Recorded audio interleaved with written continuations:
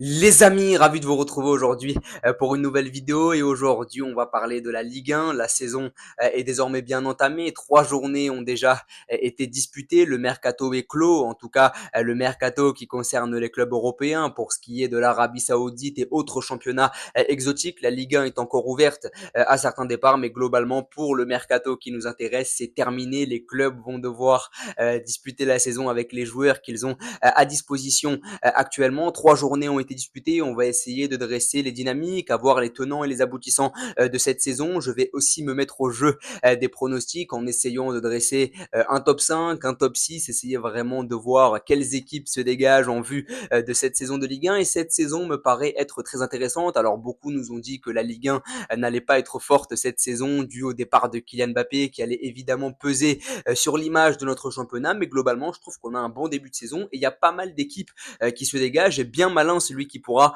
dresser un top 5, un top 6 final par rapport à cette saison qui pour le moment s'annonce plutôt correcte. Alors c'est vrai que l'année dernière on s'était globalement ennuyé sur la saison de Ligue 1, ça avait été très compliqué notamment dans le jeu, il y avait eu énormément d'ennuis, le PSG avait encore une fois survolé le championnat, il n'y avait pas vraiment d'enjeu, mais cette année j'ai l'impression que même si le PSG est très fort, il va y avoir quand même des enjeux à tirer. Et transition toute faite, on va commencer par évoquer le Paris Saint-Germain. Je trouve que le Paris Saint-Germain réalise encore une fois un très bon début de saison et l'enjeu pour le PSG et pour les hommes de Luis Enrique, ça va être de remplacer le vide laissé par Kylian Mbappé. J'en avais parlé dans une vidéo il y a quelques semaines. Kylian Mbappé en Ligue 1, c'était quand même 25-30 buts par saison globalement. Et là, il va falloir combler ce vide. Alors, j'avais parlé de Bradley Barcola il y a quelques semaines sur la chaîne. Pour l'instant, Bradley Barcola réalise un super début de saison. Alors, est-ce que c'est le remplaçant de Kylian Mbappé?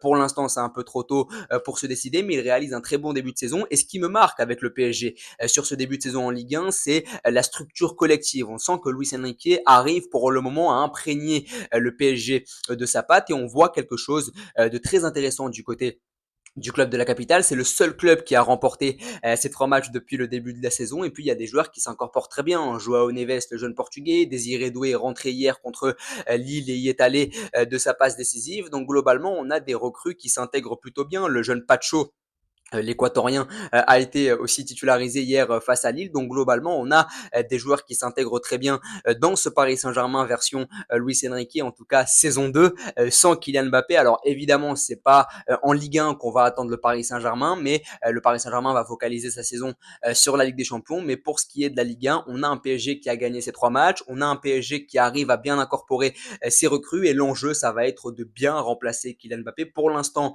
en tout cas, pour ce qui est de la Ligue 1, on ressent pas ce manque puisque même sans Mbappé, le PSG reste au-dessus globalement de tous ses adversaires. Mais l'enjeu, ça va être de remplacer le vide laissé par Mbappé en créant une structure collective très forte. Pour l'instant, on voit de belles choses. L'enjeu aussi, ça va être d'incorporer les nouvelles recrues.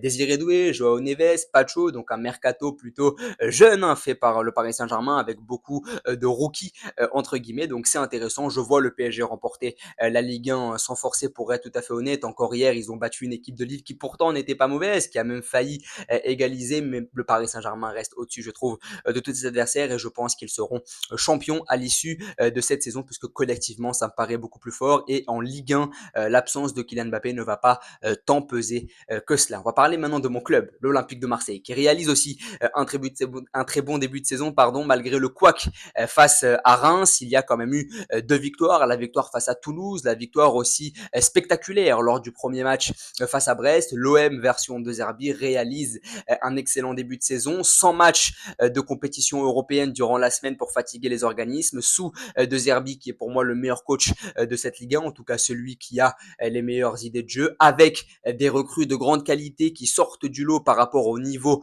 moyen de la Ligue 1. Je pense que l'Olympique de Marseille pourrait tout à fait prétendre à concurrencer le Paris Saint-Germain. On l'a dit, le PSG va devoir remplacer Kylian Mbappé, le PSG va encore être focalisé sur la Ligue des Champions. Je pense que le PSG peut perdre perdre des points cette année pendant la saison et je pense que l'OM pourrait tout à fait en profiter. Alors évidemment, il y a certaines choses à corriger comme les matchs à domicile. On a vu qu'à domicile, on pouvait à certains moments se laisser aller. On atteste le match contre Reims évidemment en deuxième journée, mais globalement, on a des recrues qui sont au-dessus du lot par rapport à ce qui se fait en Ligue 1. Je vois l'OM finir dauphin du Paris Saint-Germain. On l'a vu, Greenwood notamment qui réalise un super début de saison et qui est évidemment au-dessus du lot par rapport au niveau moyen de la Ligue 1. Højbjerg au milieu de terrain qui est aussi un milieu qui est au-dessus du lot. Donc on a vraiment des recrues de qualité. On a aussi des postes qui sont doublés. Par exemple, on a pris Neil Maupay en backup d'Eli Wahi. Je pense que c'est une doublette qui est intéressante. Les autres concurrents de Ligue 1 n'ont pas le luxe, peut-être Monaco, peut-être le PSG évidemment, mais les autres clubs de Ligue 1 n'ont pas le luxe d'avoir deux attaquants de cette qualité-là pour faire la rotation devant. Donc on a doublé les postes, on a un match par semaine, on a un coach qui a des idées et qui inculque la gagne à ses joueurs. On a des recrues qui sont au-dessus du lot par rapport à ce qui se fait en Ligue 1 et surtout on a des joueurs qui sont revanchards par rapport à la bévue connue l'année dernière. Je rappelle que l'OM avait fait une très mauvaise saison en Ligue 1 l'an dernier, donc je pense que l'OM a tout à fait les ressources pour finir dauphin du Paris Saint-Germain. Le club que je vois troisième de Ligue 1, c'est l'AS Monaco. L'AS Monaco me paraît aussi être très fort cette année. 2 victoires, un match nul pour le club du Rocher. Ce qui m'impressionne avec l'AS Monaco, c'est clairement le potentiel offensif. On a vraiment des joueurs de grande qualité. Offensivement, Balogun, Ben Seguir, Akliouche, Golovin, Minamino, Mbolo qui a fait un très bon euro avec la sélection suisse et qui est de retour après sa longue blessure l'an dernier. Donc globalement, on a un secteur offensif qui est fourni. Défensivement, Monaco me fait toujours aussi peur. Alors avec le départ de Youssouf Fofana, on a tout de même un Denis Zakaria qui a marqué hier face à Lens et qui tient la baraque clairement dans ce milieu de terrain du club du Rocher. Monaco a perdu aussi Mohamed Kamara, n'a pas réussi à signer le milieu de terrain lensois El Ainaoui à cause d'une visite médicale défaillante, mais globalement je trouve que cette équipe de l'AS Monaco pourra compter sur son secteur offensif qui est évidemment très bien garni et puis défensivement on a l'arrivée de Thésée, l'arrière droit du PSV Eindhoven qui tient clairement la baraque et qui est selon moi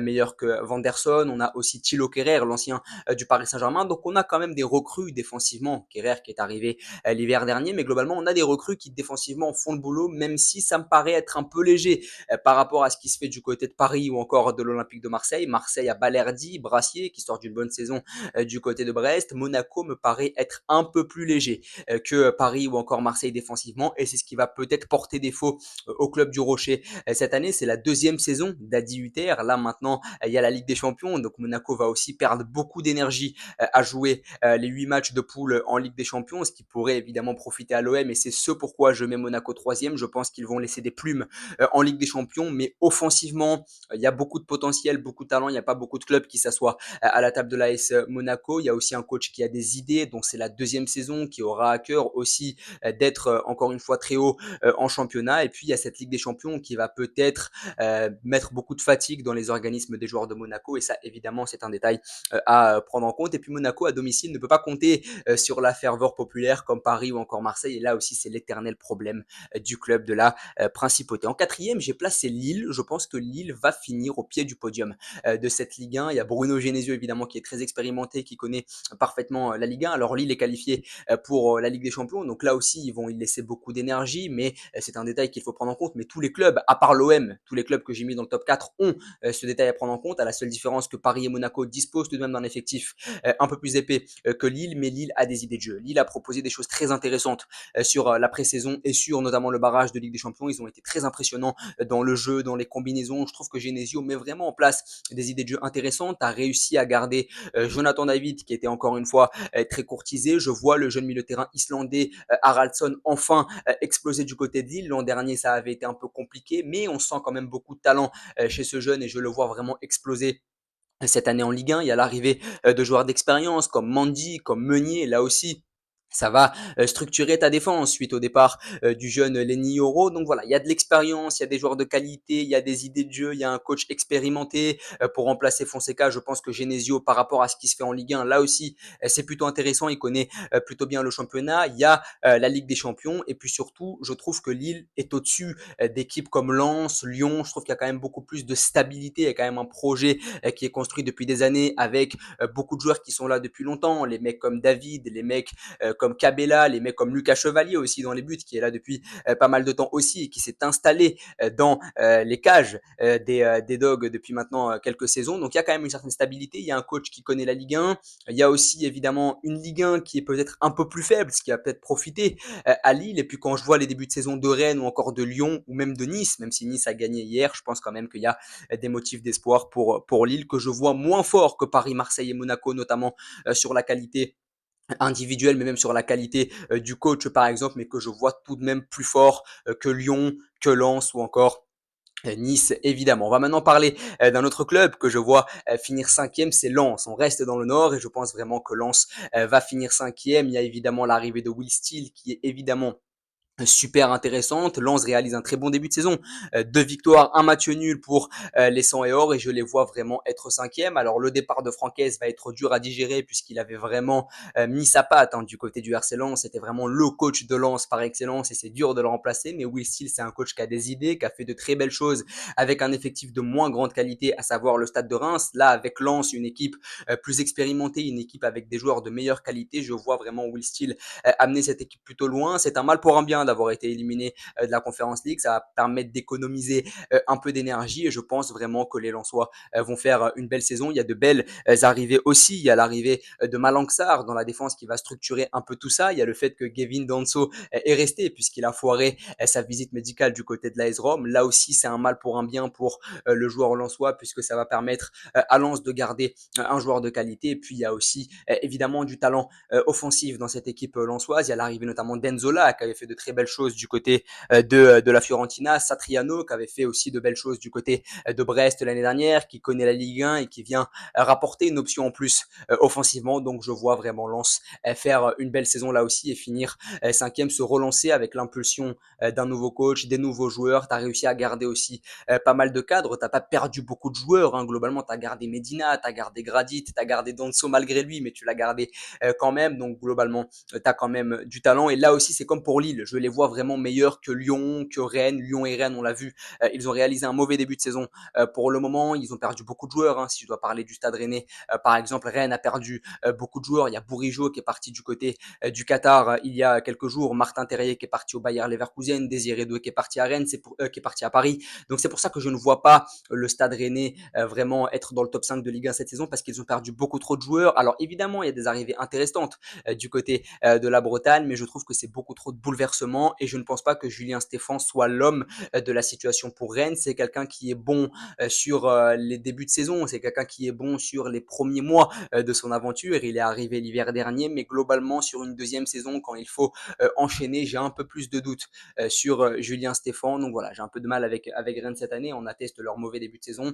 Et puis Lyon, c'est un peu la même chose. Je ne sais pas si Pierre Sage va pouvoir enchaîner une deuxième saison. Je ne sais pas si il est fait pour rester longtemps à la tête d'un club comme Lyon. Peut-être que c'était l'homme de 6 mois, l'homme qui allait restructurer le club. Est-ce qu'il va vraiment avoir les qualités requises pour enchaîner encore une fois avec Lyon? Je ne sais pas. Et puis il y a eu beaucoup de bouleversements du côté de la capitale des Gaules et j'imagine mal Lyon être dans le top 5. Je vois des équipes beaucoup mieux structurées que le club rhodanien. Maintenant, évidemment, ça reste à voir par rapport à cette saison. En tout cas, n'hésitez pas à me dire ce que vous en avez pensé, à vous abonner, à liker et à partager. Merci beaucoup.